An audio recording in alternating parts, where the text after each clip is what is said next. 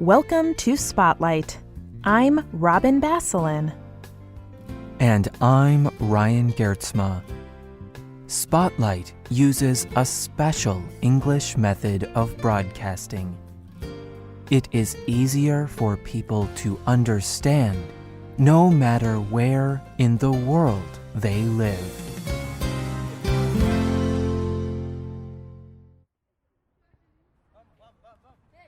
The year is 1944. A group of boys stands in a field near the town of Carolina, Puerto Rico. A young boy named Roberto Clemente runs to join his friends. These boys are about to play their favorite sport, baseball. Quickly, the boys separate into two teams. They imagine they are expert players, that they are playing in Las Ligas Grande, or baseball's major leagues. One team has a pitcher. This player throws the ball to Clemente. Clemente is the batter. He is holding a long, thin piece of wood called a bat. Clemente quickly swings the bat. He hits the ball. The ball flies through the air. Clemente runs. He steps on first base. He continues running. He touches the second base and the third. Finally, Clemente touches home base.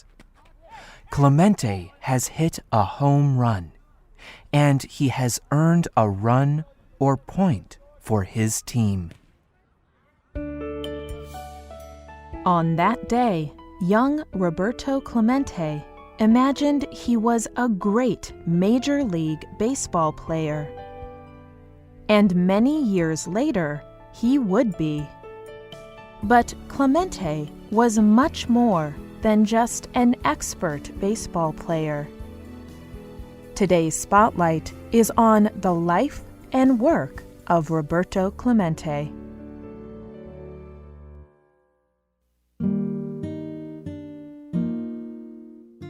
Roberto Clemente was born in Puerto Rico.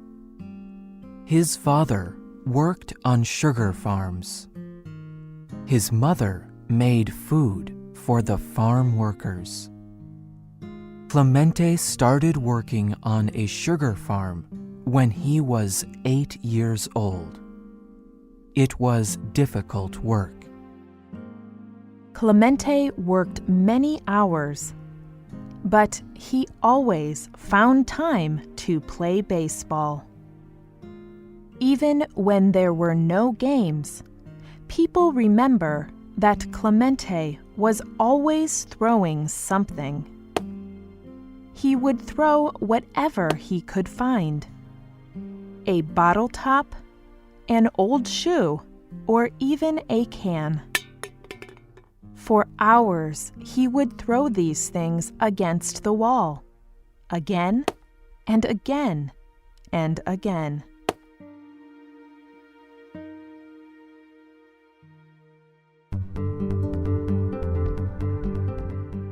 Years of practice made Clemente a skilled player. When he was 18 years old, he became a professional baseball player. The Santurce Cangrejeros paid him to play baseball for their team. This small or minor league team was in the city of San Juan, Puerto Rico. Over the next 2 years, Clemente played for a few other minor league teams. He moved to the United States and then to Canada to play.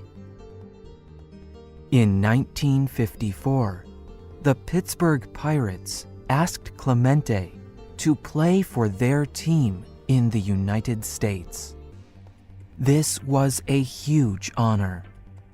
Clemente was finally a Major League Baseball player. However, playing for the Pirates was not easy at first. Many of the other players treated Clemente poorly. Clemente was different from most of the other team members. Most of the players were white, but Clemente was a black Latino man from Puerto Rico. Clemente also did not speak English very well. Clemente suffered discrimination, but he did not let it affect his attitude or his playing. When a reporter asked him about his situation, he answered, "I do not believe in color.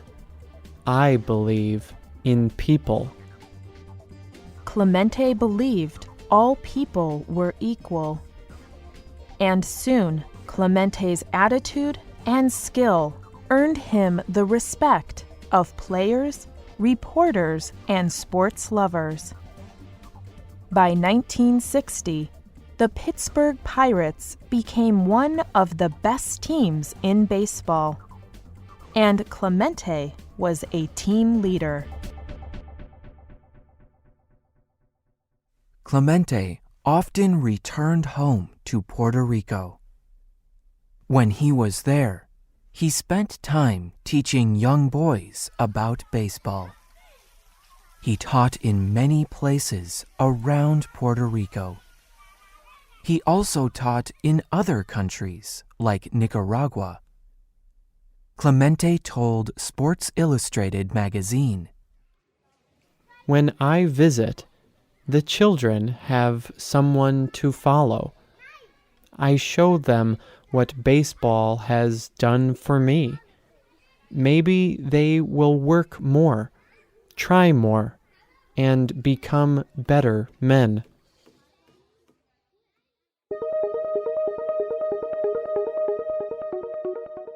On November 14th, 1964, Roberto Clemente married Vera Zabala.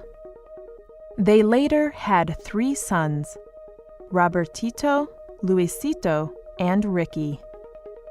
5 years after Clemente and Zabala married, Clemente reached one of the greatest honors in baseball. Clemente's team, the Pittsburgh Pirates, competed in the Baseball World Series. Only the 2 best teams in Major League Baseball compete in this set of games. Whichever team wins 4 games first wins the series. On October 17, 1971, the Pirates were playing against the Baltimore Orioles. It was the final game of the World Series. Everyone thought the Orioles would win. Everyone except Roberto Clemente. By this time, Clemente was one of the oldest players on the team. However, he was also still one of the best. Clemente had been hurt all season, and he was very sick that day. But he believed in his skill and in his team. He promised his team that he would lead them to a win. Clemente kept his promise. And at the end of the day, the Pirates were the world champions.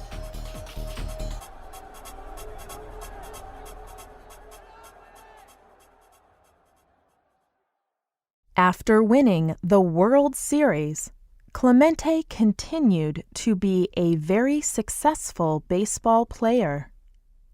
But he became famous for more than just his baseball skills. People noticed his character and how he acted.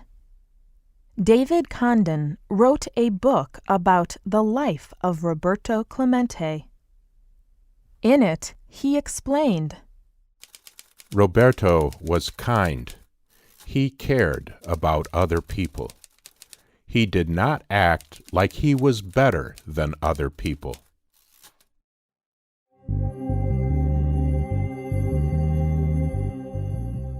On December 23rd, 1972, there was a major earthquake. It was in Managua, the capital city of Nicaragua. The earthquake destroyed many homes. It killed and injured thousands of people. The surviving people needed food, clothes, and medical supplies. Clemente had visited Managua 1 month before the earthquake. He knew people there and wanted to help. So Clemente organized people and supplies. 3 times he sent supplies to Nicaragua. But then he received bad news. He heard that people were lying and stealing the supplies. So he decided to go to Nicaragua himself. He would give the supplies directly to the people who needed them. But Clemente never had a chance to give the supplies to the people in Nicaragua. On December 31, 1972, his airplane crashed over the ocean. People searched for Clemente for days, but they never found his body. Clemente was only 38 years old.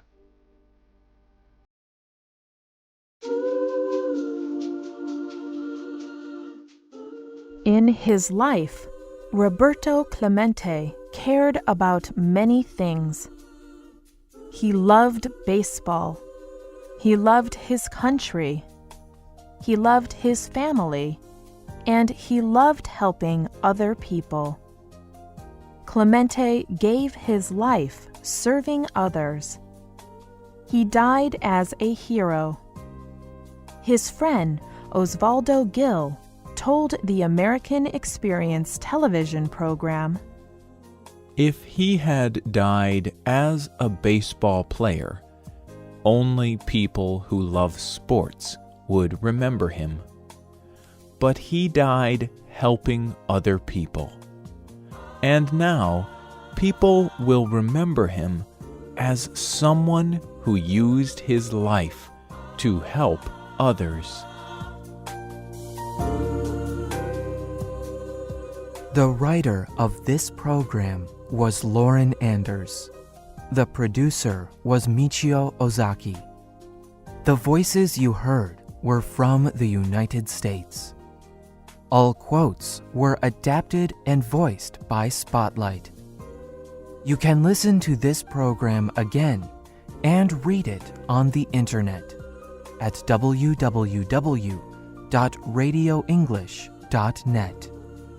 This program is called The Life of Roberto Clemente.